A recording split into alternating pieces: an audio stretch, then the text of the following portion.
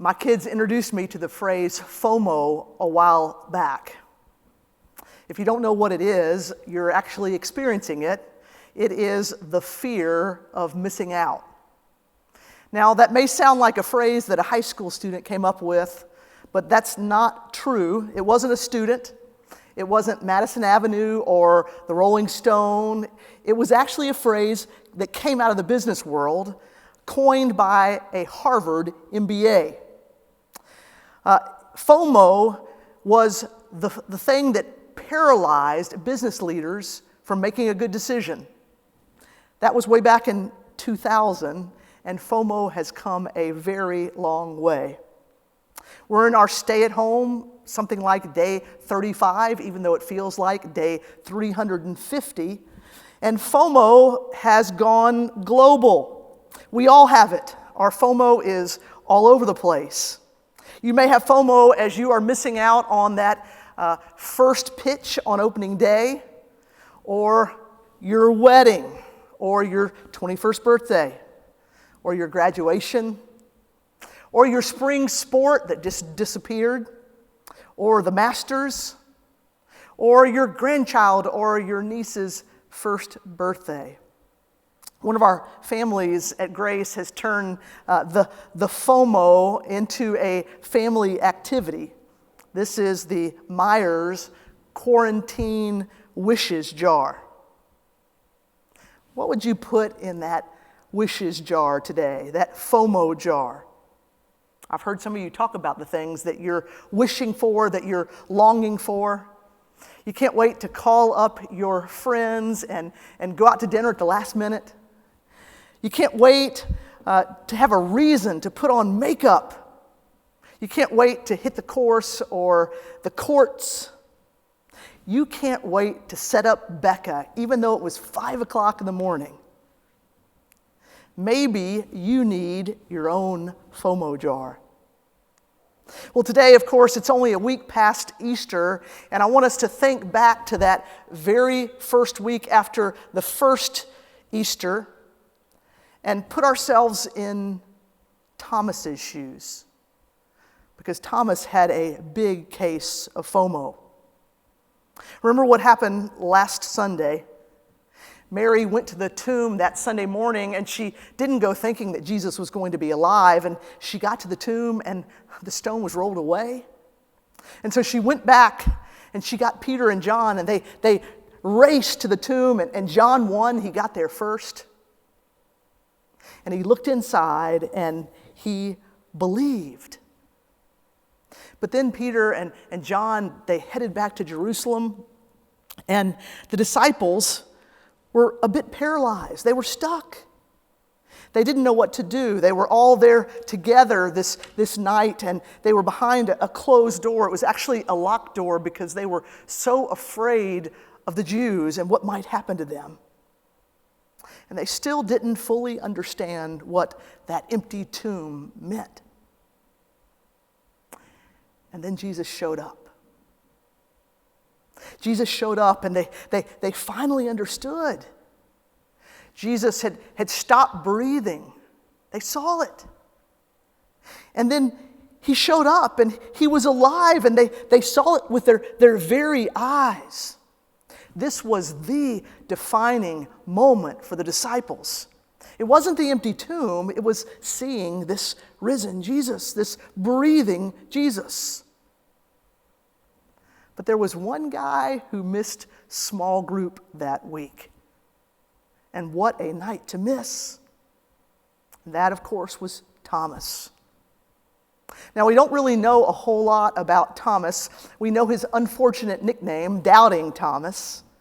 But really, the other times he shows up in the Bible, he's more like Practical Thomas rather than Doubting Thomas. He could have graduated from Lehigh University. He was the guy who always asked questions. An engineer type. He just had that kind of brain. Right before Jesus was crucified, Jesus was trying to explain to the disciples that he would be leaving and that they knew where Jesus was going. And it was Thomas who said, "No, wait a minute, Jesus. We don't know the formula, Jesus. We don't know the way you're going, Jesus. Thomas wants to know the truth. Maybe you're like that. Thomas just couldn't believe it until he saw it. Here's how Jesus shows up to Thomas. Now, Thomas, also known as Didymus, one of the 12, was not with the disciples when Jesus came. So the other disciples told him, "We have seen the Lord." But he said to them, "Unless I see the nail marks in his hands, and put my finger where the nails were, and put my hand into his side, I will not believe." A week later, his disciples were in the house again, and Thomas was with them. Though the doors were locked, Jesus came and stood among them and said, "Peace be with you." Then he said to Thomas, "Put your finger here. See my hands. Reach out your hand and put it into my side. Stop doubting and believe." Thomas said to him, "My Lord and my God." Then Jesus told him, "Because you have seen me, you have believed. Blessed are those who have not seen and yet have believed." I love Jesus' timing. Jesus could have shown up the day after the disciples had seen Jesus, and he could have shown up at Thomas's house, but he didn't. Jesus showed up a week later, and he showed up when all the disciples were together. You know, when we doubt, it's often being with our other friends who know and love Jesus. It's when we're with them that Jesus shows up, and we know he's real. Jesus, at that time, in that place, meets Thomas right where he is. Jesus doesn't waste any time either. He says to the rest of them, "Hello," but then he turns right to Thomas. "You're the guy I came to see." He doesn't wait for Thomas to ask because he already knows what Thomas needs. Go ahead and clear up your doubts, Thomas. Put your fingers right here. Now, we don't know whether Thomas actually touches the nail prints of Jesus, but we do know that he sees and he believes. See, Thomas had all these doubts. He was in that room with the other disciples, and he didn't believe. And he needed Jesus to meet him. And that's what Jesus wants to do for you today. Thomas had every reason to doubt. But when he saw the nail prints of Jesus, everything changed. The wounds that Jesus showed Thomas and the other disciples proved that the resurrection of Jesus was real. It's not a myth. It's not historical fiction. Jesus died on the cross on Friday, and he came back to life on Sunday. The tomb was empty. He was breathing. Jesus isn't a dead teacher the way the Buddha is, and the way Muhammad is, and the way every other founder of every other world religion is. See, Jesus, with the nail prints in his hands, says, "Stop doubting and believe. I'm alive, Thomas. You can believe it, and you can trust me as your Lord." You know, everyone gives Thomas a really hard time because he didn't believe, because he hadn't seen Jesus alive. But the other disciples believed because they did see Jesus alive. He was like every other disciple. Even the empty tomb wasn't enough. They needed to see the risen Jesus. The whole point is that the Jesus that they saw that day in that room was the same Jesus they had seen die for them on the cross. Those marks on his hands were the marks that he had gotten when he was on the cross. The wound in his side was the wound he had gotten on the cross, big enough to get your hand in. The one they saw wasn't a ghost.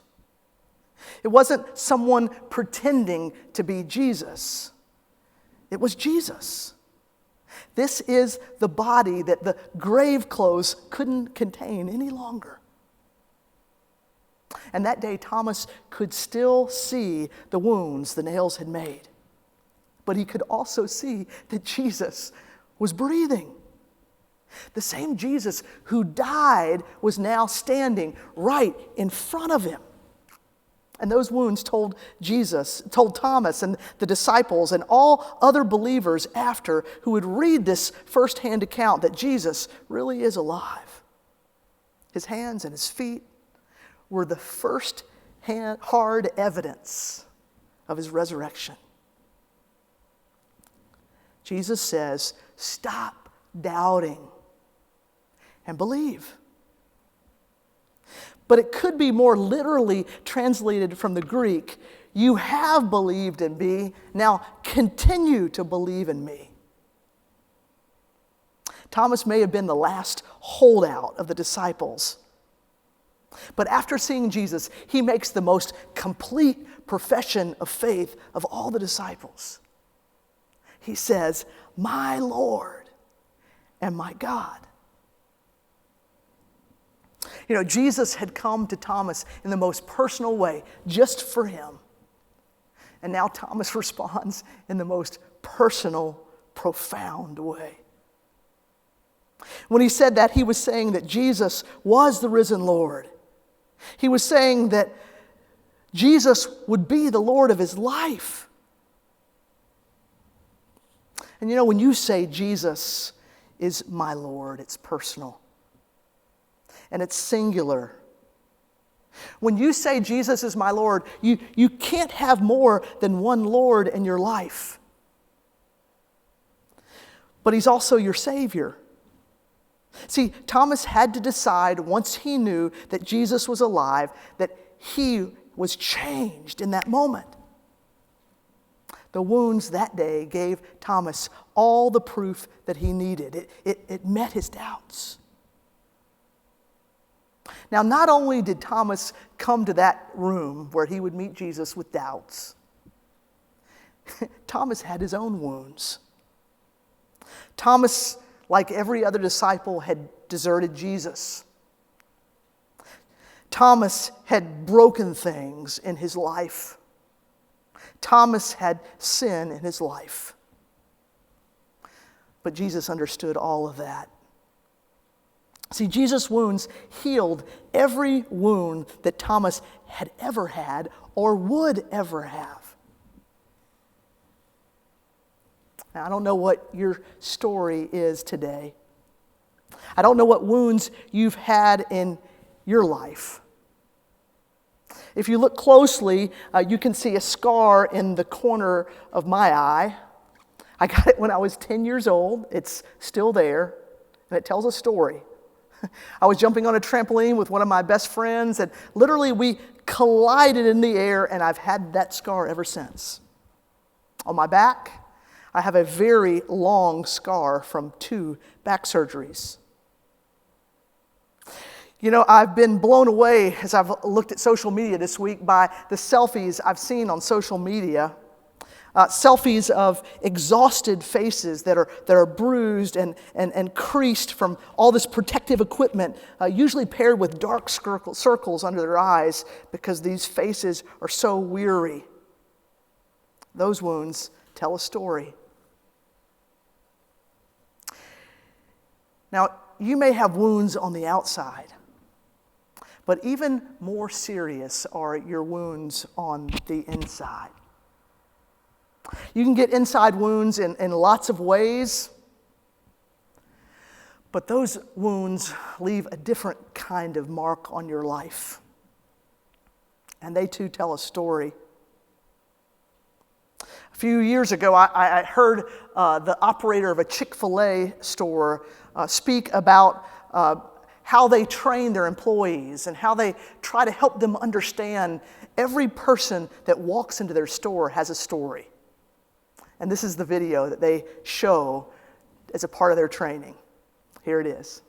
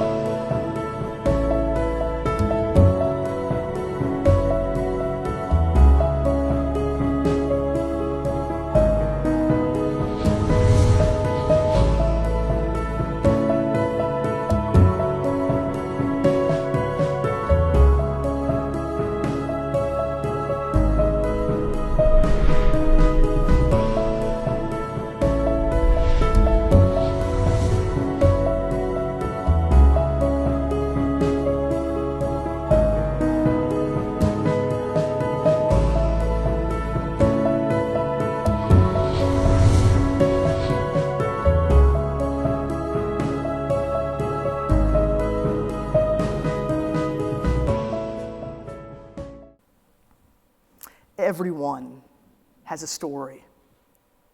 And everyone has wounds. And with hundreds of people listening today, I can't even imagine all the different wounds that you have. Some of you have secrets. Some of you have pain in your life that no one knows about and you wouldn't want anybody to know about. Some of you are so lonely, or you're so broken you don't even know where to start. Some of you have turned away from needs around you. You shut them out, and you waste chances to make the world a better place. Maybe you look perfect on the outside, but deep down, you don't look so perfect. You long for something more, and you're looking for something more, and you're looking in all the wrong places. And now you have all these unexpected hours at home, and you have all this time to think about your wounds. Well, Jesus gets it. And that's why Jesus came. See, his wounds from his crucifixion, where he suffered and died, those wounds meet your wounds. Jesus came because he knew that you could never handle those deep soul scars all by yourself. All of us bring our scars and our wounds to the crucified and risen Jesus. See, his wounds from the cross are the only thing that can heal them. This past week was the 50th anniversary of the Apollo 13 mission that almost ended in disaster. I'm sure you remember what happened, or you've heard the story. During a routine check of the oxygen tanks, a fire sparked and the ship started losing oxygen. And the 3 astronauts had to very quickly move to a modular part of their rocket that was meant to land on the moon. But there was still one more problem. There was simply not enough oxygen. And to make matters worse, the 3 of them were breathing out carbon dioxide. This was a problem. Down at Mission Control in Houston, the engineers were trying to figure out a solution. And so the head engineer got everybody together and said, hey, we're trying to make this square filter fit into this round hole. And all of these things that you see on the table, that's all we can use to fix it. And you know what? They fixed it. They made this contraption. They used a lot of duct tape, and it worked. Here's their solution. That solution literally saved the astronauts' lives. You know, Jesus showed up, and he saved Thomas's life. Jesus was the fix for Thomas's wounds. And Jesus is the fix for yours.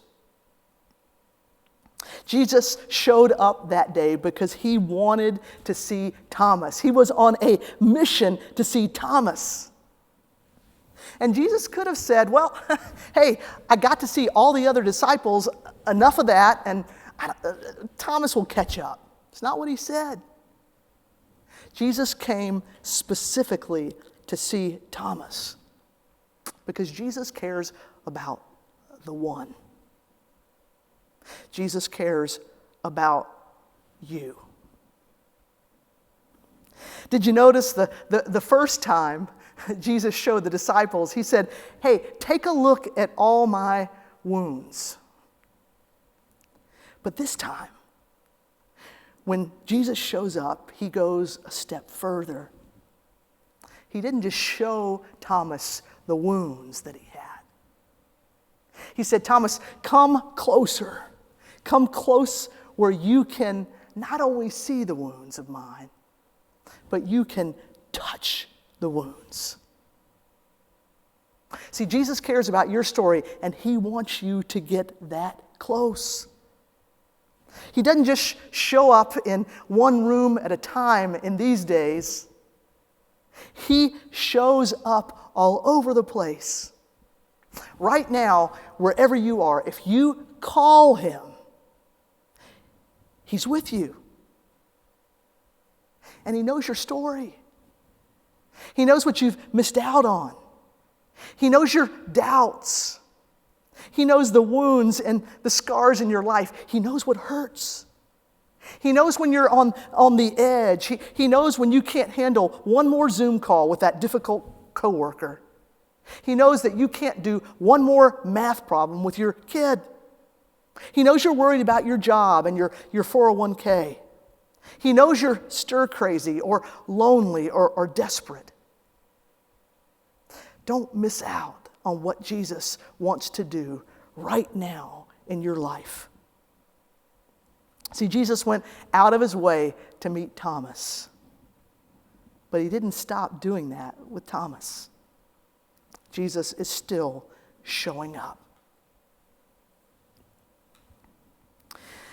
Now, I'm guessing that all of us are going to be missing out on a lot more things over the next few weeks. But I'm hoping that you will not miss out on this.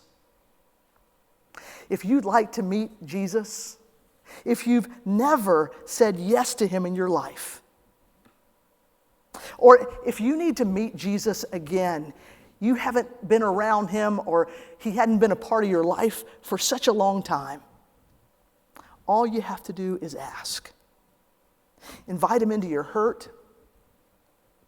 Invite him into your home. Invite him into your heart. Invite him into your mess.